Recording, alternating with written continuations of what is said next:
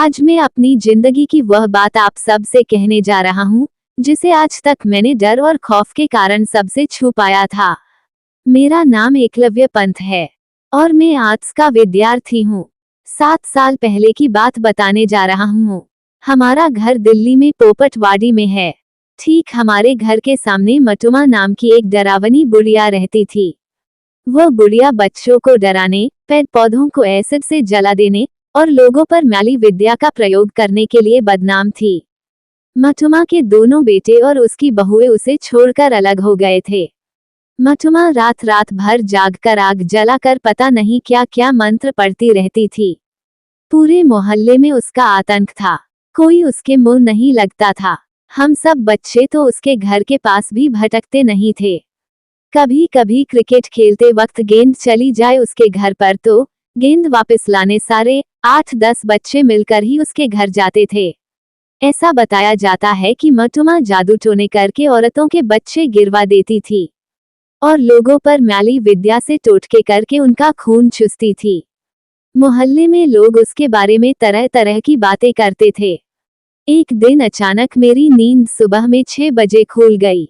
मुझे सिर फाड़ देने वाली बू आ रही थी। मैंने माँ से शिकायत की। मेरी माँ भी बोली कि उसे भी दुर्गंध आ रही है। हमने खिड़की से झांक कर देखा तो उस डरावनी बुढ़िया मटुमा के घर से धुआं निकाल रहा था। माँ बोली कि पक्का उस बुढ़िया ने कुछ अनशन पकाया होगा। इतना बोलकर माँ फिर से सो गई। थोड़ी देर बाद फिर से खिड़की से झांकने पर मुझे पता चला कि मटुमा उसके छज्जे पर बैठकर खून की उल्टियां कर रही है।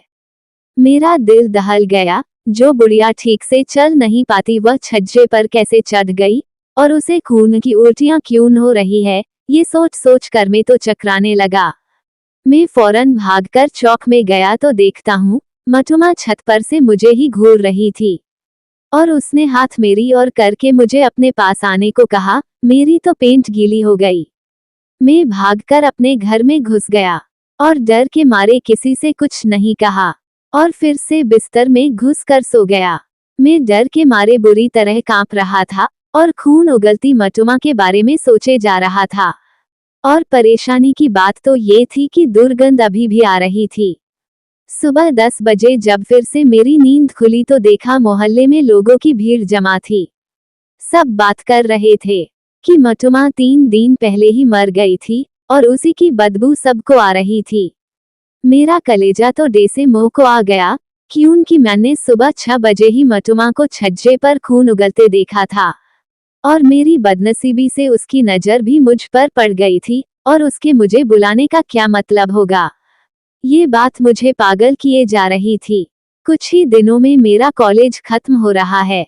हॉस्टल से फिर मैं घर जाने वाला हूँ।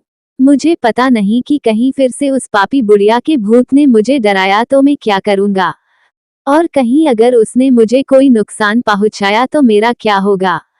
मैं अभी भी पूरी तरह से डर के साए में हूँ। मेरी सलामती के लिए दुआ करना दोस्तों।